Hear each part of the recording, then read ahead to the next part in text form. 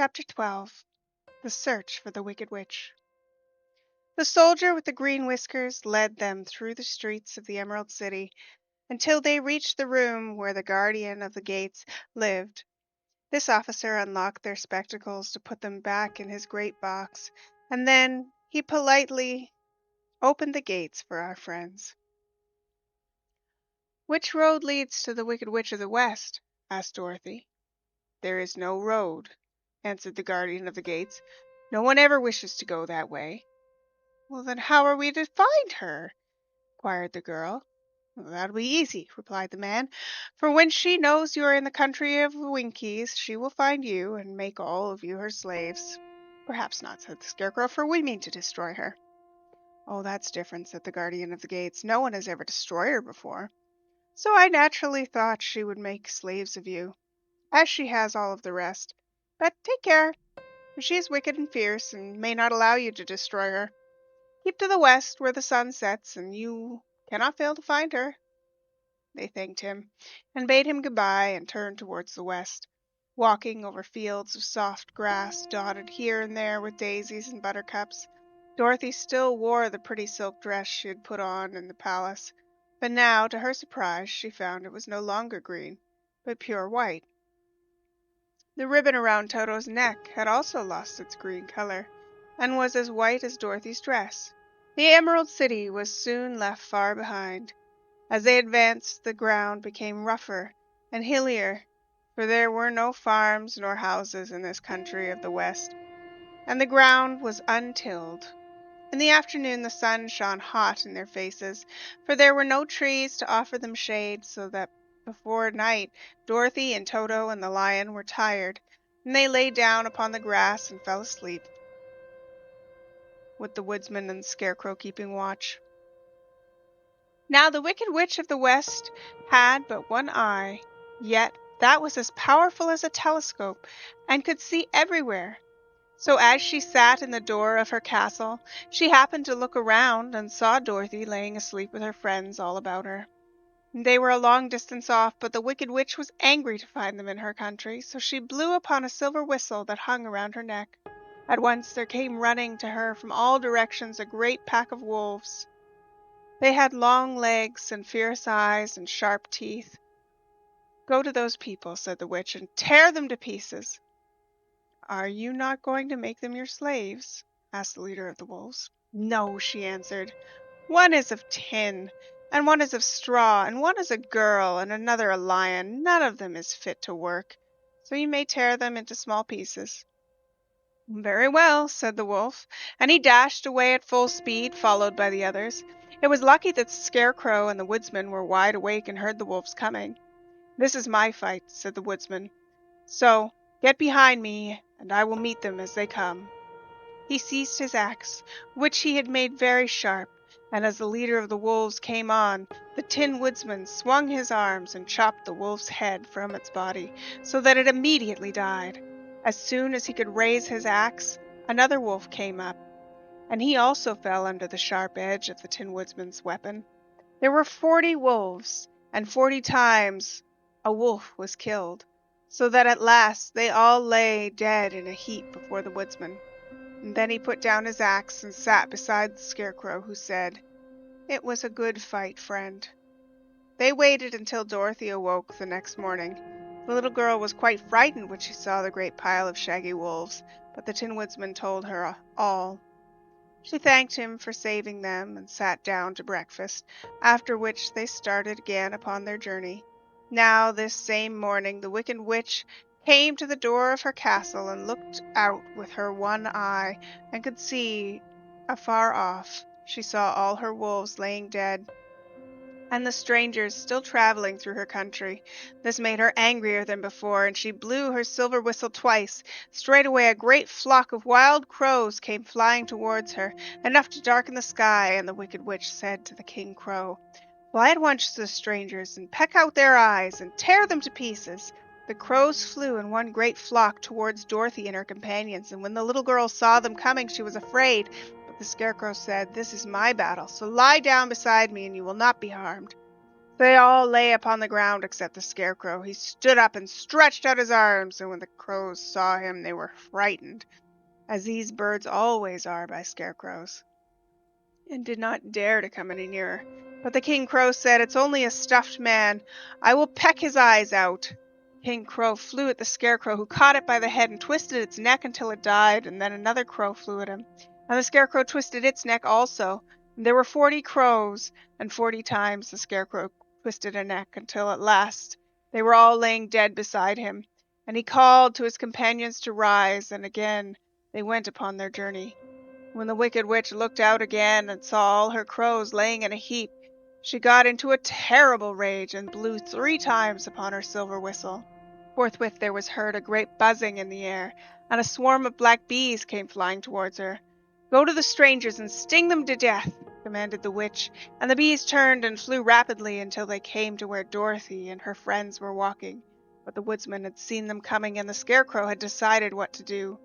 "Take out my straw and scatter it over the little girl and the dog and the lion," he said to the woodsman, "and the bees cannot sting them." This the woodsman did. As Dorothy lay close beside the lion and held Toto in her arms, the straw covered them entirely. The bees came and found no one but the woodsman to sting. They flew at him and broke off all their stings against the tin without hurting the woodsman at all. And as the bees cannot live when their stingers are broken, that was the end of the black bees, and they lay scattered thick about the woodsman, like little heaps of fine coal. Then Dorothy and the lion got up, and the girl helped the Tin Woodsman put the straw back into the Scarecrow again, until he was as good as ever. So they started upon their journey once more. The Wicked Witch was so angry when she saw her black bees in little heaps like fine coal that she stamped her foot and tore her hair and gnashed her teeth. And then she called a dozen of her slaves, who were the Winkies, and gave them sharp spears, telling them to go to the strangers and destroy them. The Winkies were not a brave people, but they had to do as they were told. So they marched away until they came nearer to Dorothy. Then the lion gave a great roar and sprang towards them, and the poor Winkies were so frightened that they ran back as fast as they could. And when they returned to the castle, the Wicked Witch beat them well with a strap and sent them back to their work, after which she sat down to think what she should do next. She could not understand how all of her plans to destroy these strangers had failed, that she was a powerful witch, as well as a wicked one, and she soon made up her mind how to act. There was in her cupboard a golden cap with a circle of diamonds and rubies running around it. This golden cap had a charm. Whoever owned it could call 3 times upon the winged monkeys, who would obey any order they were given. But no person could command these strange creatures more than 3 times. Twice already the Wicked Witch had used the charm of the cap. Once was when she had made the Winkies her slaves, and set herself to rule over their country. The winged monkeys had helped her do this. The second time was when she had fought against the great Oz himself and driven him out of the land of the West. The winged monkeys had also helped her in doing this.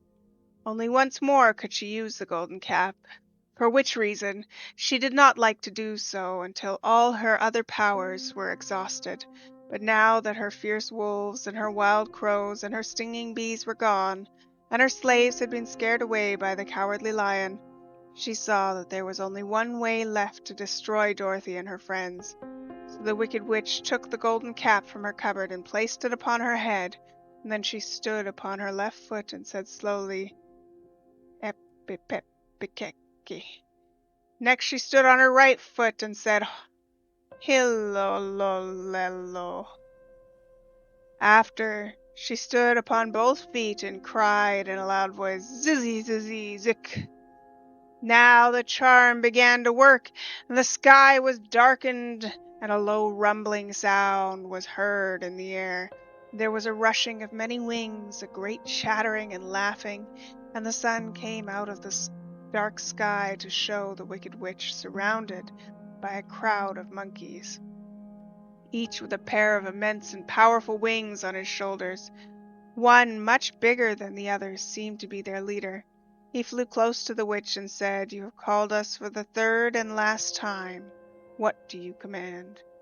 "Go to the strangers who are within my land and destroy them all except the lion," said the wicked witch. "Bring that beast to me, for I have a mind to harness him like a horse and make him work." "Your commands shall be obeyed," said the leader. And then, with a great deal of chattering and noise, the winged monkeys flew away to the place where Dorothy and her friends were walking. Some of the monkeys seized the Tin Woodsman and carried him through the air until they were over a country thickly covered with sharp rocks. Here they dropped the poor woodsman, who fell a great distance to the rocks, where he lay so battered and dented that he could neither move nor groan. Others of the monkeys caught the Scarecrow, and with their long fingers pulled all of the straw out of his clothes and head. They made his hat and boots and clothes into a small bundle and threw it into the top branches of a tall tree. The remaining monkeys threw pieces of stout rope around the lion and wound many coils about his body and his head and his legs, until he was unable to bite or scratch or struggle in any way, and then they lifted him up and flew away with him to the witch's castle, where he was placed in a small yard with a high iron fence around it, so that he could not escape. But Dorothy they did not harm at all. She stood with Toto in her arms, watching the sad fate of her comrades and thinking it would soon be her turn. The leader of the winged monkeys flew up to her, his long, hairy arms stretched out and his ugly face grinning terribly, but he saw the mark of the good witch's kiss upon her forehead and stopped short, motioning to the others not to touch her. "We dare not harm this little girl," he said to them, "for she is protected by the power of good, and that is greater than the power of evil. All we can do is to carry her to the castle of the Wicked Witch and leave her there." So carefully and gently they lifted Dorothy in their arms and carried her swiftly through the air, till they came to the castle, where they set her down upon the front door step. Then the leader said to the witch, "We have obeyed you as far as we were able. The Tin Woodsman and the Scarecrow are destroyed, and the lion is tied up in your yard. The little girl we dare not harm, nor the dog she carries in her arms. Your power over our band is now ended, and you will never see us again." Then all the winged monkeys, with much laughing and chattering and noise, flew into the air, and were soon out of sight. The wicked witch was both surprised and worried when she saw the mark upon Dorothy's forehead, for she knew well that neither the winged monkeys nor she herself dare hurt the girl in any way. She looked down at Dorothy's feet, and seeing the silver shoes, began to tremble with fear, but she knew what a powerful charm belonged to them. At first the witch was tempted to run away from Dorothy, but she happened to look at the child's eyes and saw how simple the soul behind them was, and that the little girl did not know of the wonderful power of the silver shoes. So the wicked witch laughed to herself and thought, "I can still make her my slave, for she does not know how to use the power." And then she said to Dorothy harshly and severely, "Come with me. See that you mind everything I tell you, for if you do not, I'll make an end of you as I did the Tin Woodsman and the Scarecrow." Dorothy followed her through many of the beautiful rooms in her castle until they came to the kitchen, where the witch bade her clean the pots and kettles and sweep the floor, and keep the fire fed with wood. And Dorothy went to work meekly, with her mind made up to work as hard as she could, for she was glad the Wicked Witch had decided not to kill her. With Dorothy hard at work, the witch thought she would go into the courtyard and harness the Cowardly Lion like a horse. It would amuse her, she was sure, to make him draw her chariot whenever she wished to go drive. But as she opened the gate, the lion gave a loud roar and bounded at her so fiercely that the witch was afraid, and ran out and shut the gate again. "I cannot harness you," said the witch to the lion, speaking through the bars of the gate. "I can starve you. You shall have nothing to eat until you do as I wish." So after that she took no food to the imprisoned lion, but every day she came to the gate at noon and asked, "Are you ready to be harnessed like a horse?" And the lion would answer, "No. If you come into this yard, I will bite you." The reason the lion did not have to do as the witch wished was that every night, while the woman was asleep, Dorothy carried him food from the cupboard. After he'd eaten, he would lie down on his bed of straw, and Dorothy would lie beside him and put her head on his soft, shaggy mane, while they talked of their troubles and tried to plan some way to escape. but they could find no way to get out of the castle, for it was constantly guarded by the yellow Winkies, who were the slaves of the Wicked Witch, and too afraid of her not to do as she told them. The girl had to work hard during the day, and often the witch threatened to beat her with the same old umbrella she always carried in her hand, but in truth she did not dare to strike Dorothy because of the mark upon her forehead. The child did not know this, and was full of fear for herself and Toto. Once the witch struck Toto a blow with her umbrella, and the brave little dog flew at her and bit her leg in return, and the witch did not bleed where she had been bitten, for she was so wicked that the blood in her had dried up many years before. Dorothy's life became very sad as she grew to understand that it would be harder than ever to get back to Kansas and Aunt Em again. Sometimes she would cry bitterly for hours, with Toto sitting at her feet and looking into her face, whining dismally to show how sorry he was for his little mistress. Toto really did not care whether he was in Kansas or the Land of Oz, so long as Dorothy was with him. But he knew the little girl was unhappy, and that made him unhappy too. Now the Wicked Witch had a great longing to have for her own the little silver shoes which the girl had always worn. Her bees and her crows and her wolves were laying in heaps and drying up, and she had used up all the power of the golden cap, but if she could only get a hold of the silver shoes, they would give her more power than all the other things she had lost. She watched Dorothy carefully to see if she ever took off her shoes, thinking that she might steal them, but the child was so proud of her pretty shoes that she never took them off, except at night when she took her bath. The witch was too much afraid of the dark to dare go in Dorothy's room at night and take the shoes, and her dread of water was greater than her fear of the dark. So she never came near when Dorothy was bathing. Indeed, the old witch never touched water, nor ever let water touch her in any way. But the wicked creature was very cunning, and she finally thought of a trick that would give her what she wanted. She placed a bar of iron in the middle of the kitchen floor, and then by her magic arts made the iron invisible to human eyes, so that when Dorothy walked across the floor she stumbled over the bar, not being able to see it, and fell at full length. She was not much hurt, but in the fall one of the silver shoes came off, and before she could reach it, the witch had snatched it away and put it on her own skinny foot. The wicked woman was greatly pleased with the success of her trick, for as long as she had one of the shoes, she owned half the power of their charm, and Dorothy could not use it against her, even had she known how to do so. The little girl, seeing that she had lost one of her pretty shoes, grew angry, and said to the witch, "Give me back my shoe." "I will not," retorted the witch, "for now it is my shoe and not yours." "You are a wicked creature," cried Dorothy. "You have no right to take my shoe from me." "I shall keep it just the same," said the witch, laughing at her, "and some day I shall get the other one from you too." This made Dorothy so very angry that she picked up the bucket of water that stood near and dashed it over the witch, wetting her from head to foot. Instantly the wicked woman gave a loud cry of fear, and then, as Dorothy looked at her in wonder, the witch began to shrink and fall away. "See what you've done!" she screamed. "In a minute I shall melt away." "I'm very sorry indeed," said Dorothy, who was truly frightened to see the witch actually melting away like brown sugar before her eyes. "Didn't you know water would be the end of me?" asked the witch in a wailing, despairing voice. "Of course not," answered Dorothy. "How should I?" "Well, in a few minutes I shall be all melted, and you will have the castle all to yourself.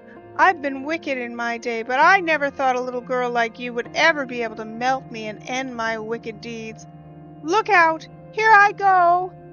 With these words the witch fell down in a brown, melted, shapeless mass, and began to spread over the clean boards of the kitchen floor. Seeing that she had really melted away to nothing, Dorothy drew another bucket of water and threw it over the mess. She then swept it all out the door, after picking out the silver shoe, which was all that was left of the old woman. She cleaned and dried it with a cloth, and put it on her foot again. Then, being at last free to do as she chose, she ran out to the courtyard to tell the lion that the Wicked Witch of the West had come to an end, and that they were no longer prisoners in the strange land.